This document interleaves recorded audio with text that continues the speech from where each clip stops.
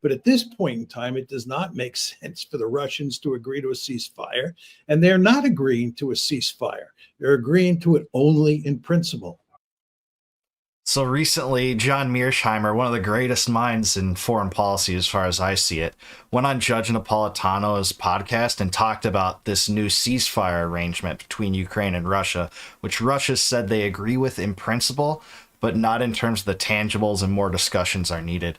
I think that this is a really interesting discussion because he lays out some of the reasons why the ceasefire might actually be a roadblock to peace in that region rather than kind of a step along the way. So let's listen and react and get his input. So in 1 week, Secretary of State Marco Rubio presented to the press what he said was a ceasefire agreement to which President Zelensky of Ukraine had signed on. Nothing in writing, just Secretary Rubio's words. In the same week, President Trump resumed the supply of military equipment and ammunition to Kyiv and authorized the return of U.S. intelligence. Big mistake. In the same week, Ukraine dispatched about 350 drones to bomb a residential neighborhood in Moscow. What's your take on this week? Well, it's quite clear that the Americans are trying to play nice with the Ukrainians, but they're not making any meaningful concessions. And they're working with the Ukrainians to see if they can get this whole peace process moving forward. And then today we had this very interesting announcement from Putin about the ceasefire. Which is very interesting because he effectively says that he accepts the idea of a ceasefire in principle, but then he notes that there will be some very significant obstacles that basically mean that in practice it will never work, or if it does work, it'll take a long time to implement, and who knows what happens in the meantime. But things are moving very rapidly, but I'm not sure we're any closer to a meaningful settlement of this conflict today than we were 2 weeks ago. Hard to disagree with that, too. And if I was Putin, my first requirement for any ceasefire would be the stop of the continuance of U.S. aid to Ukraine. Can't really blame him. He has the upper hand. He is occupying all of the Donbass provinces in the east and also Crimea. And there's been virtually no territorial changes. So it's hard for me to believe that under the guise that the U.S. can keep funneling more and more billions that they'll agree to this. But we'll see, I guess. I'm going to play for you a clip from the Secretary of State, ask your comments on it, and then I will play for you what President Putin had to say about this. It's interesting, the Putin clip, the network from which we extracted it ran underneath what we call the lower thirds. Putin accepts ceasefire. Of course, one man's acceptance is another man's rejection. They apparently wrote that headline on the basis of the first words out of his mouth, not on the basis of his ticking off the various conditions, which have been consistent throughout and which apparently are not addressed by Secretary Rubio. Here's Secretary Rubio, Professor Mearsheimer, in Ireland yesterday, basically saying, oh, I hope they say yes. Cut number one. Are you truly prepared to apply pressure on Russia should it be recalcitrant and not agree to the terms of this ceasefire? There's been no concrete action that this administration has taken to punish Russia since it's come to office. There's a couple points. To be clear, as far as I am aware, the United States has not provided armaments to Russia. The United States is not providing assistance to Russia. Every single sanction that has been imposed on Russia remains in place. Every single sanction the president inherited remains in place. Previous administration. Right, but well, I mean, they're pretty sanctioned up. I mean, there's a lot of sanctions on already. My point being is that there's been no steps taken to relieve any of these things. These things continue to be in place, but we don't think it's constructive for me to stand here today and begin to issue threats about what we're going to do if Russia says no. Let's hope they say yes. Are the presence of the sanctions, which have resulted in an increase in economic activity and prosperity in Russia, which have caused American businesses to lose $330 billion in revenue. Really leverage that Marco Rubio has with Sergei Lavrov and President Putin?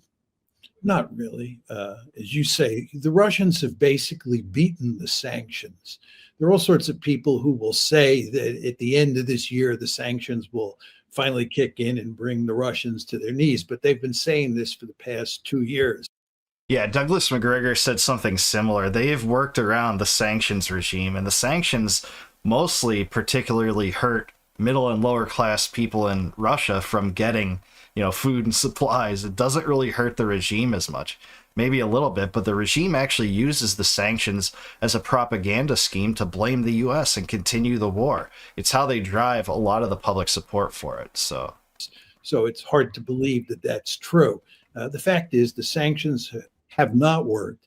And it is important to emphasize that Secretary Rubio did not, in this instance, threaten more sanctions. I think what he's interested in doing is seeing if the Americans can work with the Russians to make this ceasefire work and then get the peace process on its way.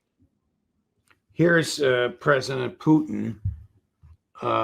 It's a long statement, but we've edited it down to a little under 2 minutes, commenting on the ceasefire. Now, nothing's been reduced to writing as far as we know.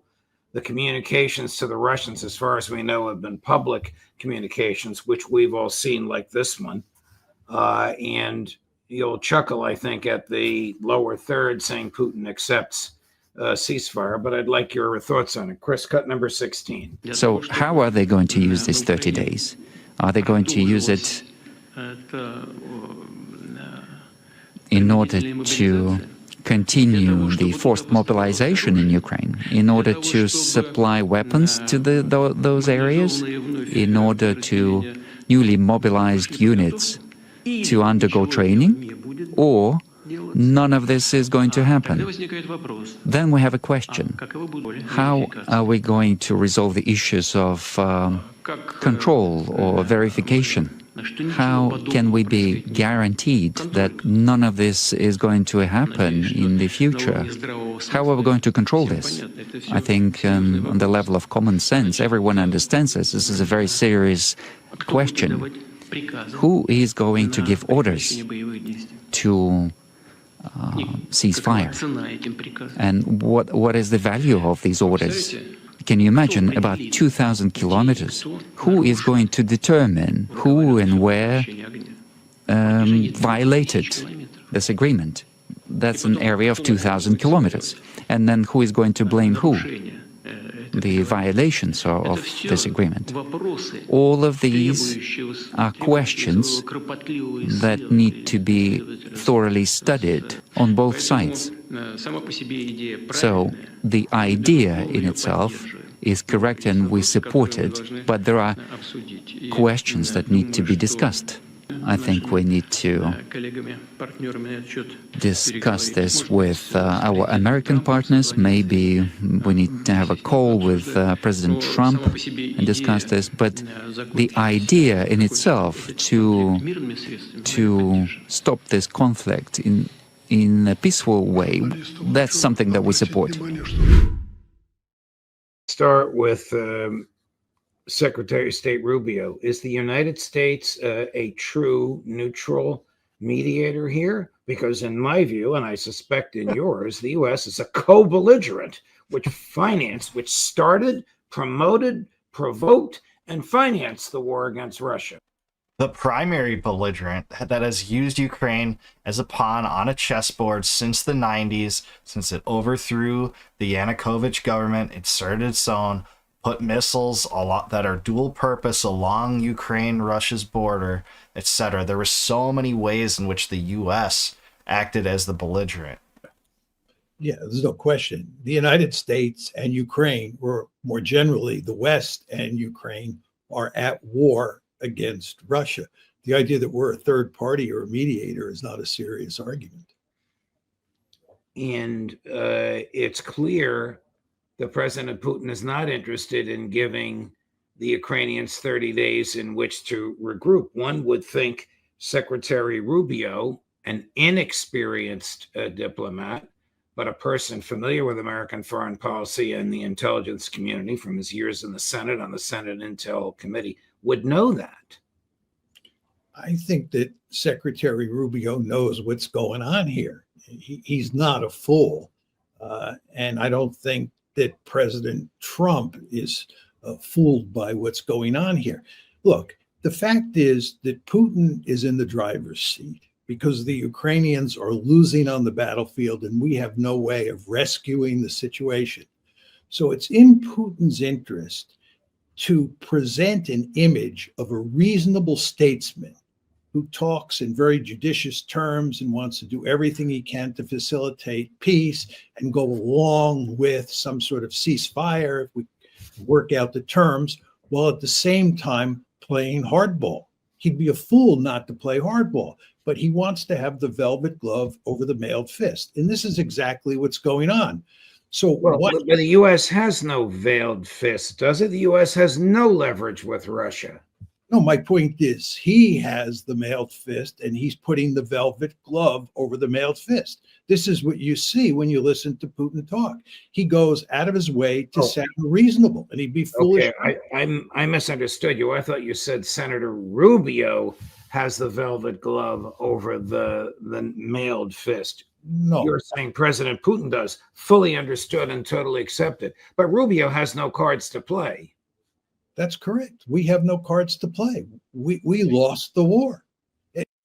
And I think Mearsheimer's point here is good because the last thing that Putin would have wanted to do, and I mean, Putin's played this pretty shrewdly, is just outright reject the ceasefire without any other further commentary, because the last thing he wants is for the pro-NATO, pro-Ukraine, endless aid brigade to be able to blame him for continuing, the war and just being able to sell additional aid for Ukraine despite how much of a failure the policy has been after $200 billion, hundreds of thousands of dead lives, and virtually no territorial changes. Remember, as you said, we are a co-belligerent in this war, and we lost the war, or we are losing the war. All you have to do is look at what's happening in Kursk. We are in trouble. When I was with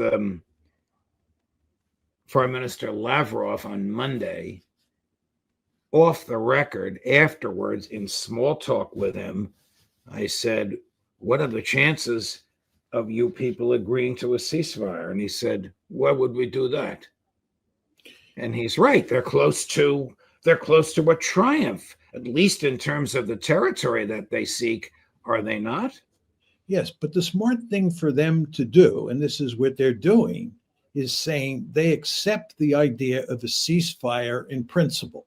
And then they're telling us, this is what Putin was doing, what all the obstacles are to actually putting that ceasefire into effect. And yeah, this is a propaganda play, and that's not to have a negative or positive judgment. It's a smart play, but it is a propaganda play. They don't want to be seen as the bad guy, the sheer roadblock to peace. It becomes clear after listening to him talk, and he wasn't even raising all the obstacles that are out there, that you're not going to get a meaningful ceasefire unless the Russians are doing so well in terms of executing the war that a ceasefire makes sense for them. That may be the case somewhere down the road, but at this point in time, it does not make sense for the Russians to agree to a ceasefire, and they're not agreeing to a ceasefire. They're agreeing to it only in principle. If we agree that President Putin's conditions are total neutrality, no NATO, no military, territorial integrity for the Russian speaking peoples, Ukraine is never going to agree to this voluntarily, are they? It's hard to imagine. It really is. I mean, you may get the Europeans to go along. That'll be tough. But getting the Ukrainians to accept the permanent loss of a significant slice of their territory and agreeing to demilitarize and exist without security guarantees. Wow. It's hard Well, to. I forgot one more condition that he is insisting upon: elections, because in their view, I realize that Ukraine is the interpreter of its own constitution, not Russia. But in the Russian view, President Zelensky is illegitimate and either needs to be reelected or replaced by someone who is elected. I understand that argument, but I don't think in the end it makes any difference, because it's not like you're going to get someone in office, someone to replace Zelensky who's interested in accepting Russia's terms. Agreed. I mean, unless that person is a puppet installed by the U.S., and if that's the case, they'll be enormously unpopular in Ukraine and maybe not even long-lived. Yeah, I think that's sadly basically true. So it's hard to deny what Napolitano and and John Mearsheimer are talking about here. Zelensky has maybe put his life under risk for taking the road that he has, and maybe even negotiating a ceasefire. But it's a pretty tough pill to swallow if Ukrainians have to give up all the eastern provinces in the Donbass, as well as Crimea. They pretty much really have no choice at this point. I mean, like these guys talked about, Russia is essentially in the driver's seat. They're close to victory, at least under the terms it seems like they want, and it is the culturally Russian parts of Ukraine, and to maintain Crimea like they've had for a decade in Crimea. So I don't know. This ceasefire, I don't see it really producing a peaceful outcome, because it seems like Russia is essentially maintaining the status quo, but just trying to say, like, we accept in principle, just as kind of a propaganda victory. But I want to know what you guys think. Do you guys think this ceasefire between Ukraine and Russia will work out and actually result in a peace? Or will it take significant pressure from the U.S. on Ukraine to accept a peace? Let me know in the comments below. I want to hear from you guys. Like the video, please subscribe to the channel. And until next time, no more war, no more debt, no more inflation, and no more empire. I'll see you guys in the next one. Peace.